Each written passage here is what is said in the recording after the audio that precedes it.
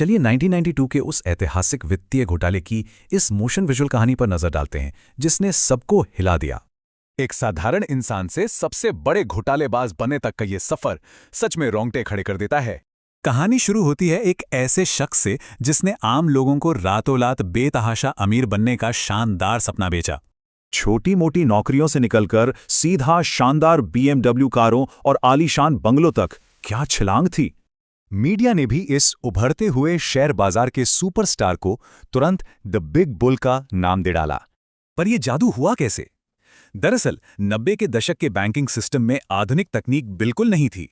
पैसों के लेन देन में भारी कमियां थी और बस यही लूप होल इस पूरे खेल का सबसे बड़ा हथियार बन गया। सबसे पहले नकली बैंक रसीदों यानी BR का चालाकी से इस्तेमाल करके बैंकों से करोड़ों का अवैध फंड निकाला गया। फिर इस पूरे अवैध फंड को एक मास्टर प्लान के तहत सीधे शेयर बाजार में पंप कर दिया गया। नतीजा, ACC लिमिटेड जैसी कंपनियों के शेयर देखते ही देखते बिल्कुल अवास्तविक और कृत्रिम ऊंचाइयों को छूने लगे। इस जादुई तेजी को देखकर हजारों आम लोगों ने अपनी जीवन भर की गाढ़ी कमाई शेयर बाजार में झोंक दी। उधर बैंक पूरी तरह बेखबर थे।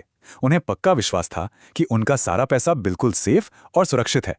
उधर बिग बुल रातों रात एक बहुत बड़ी सनसनी बन गया, एकदम राजाओं जैसी अकल्पनीय और शाही जिंदगी। लेकिन हर भ्रम एक ना एक दिन टूटता ही है और ये विशाल वित्तीय बुलबुला अब फूटने ही वाला था। 1992 में वित्तीय पत्रकार सुचेता दलाल ने बाजार के इन असंभव और आसमानी आंकड़ों की गहरी जांच शुरू कर दी। उनकी बेखौफ पत्रकारिता ने पूरे ऑपरेशन का पर्दाफाश कर दिया। नतीजा, शेयर बाजार ताश के पत्तों की तरह ढह गया। इस खुलासे का पैमाना दिमाग सुन्न कर देने वाला था। ये लगभग 4000 करोड़ रुपए का विशाल घोटाला था। उस दौर में इसे आधिकारिक तौर पर भारत के सबसे बड़े वित्तीय घोटाले का दर्जा दे दिया गया। इसका अंजाम बेहद खौफनाक रहा।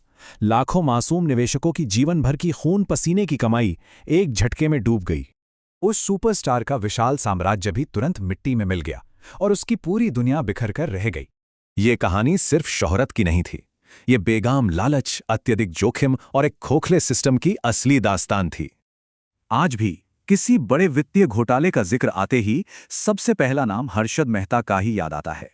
जाते जाते बस एक बड़ा सवाल, असली खलनायक कौन था? इंसान का बेलगाम लालच या फिर हमारा वो टूटा हुआ सिस्टम?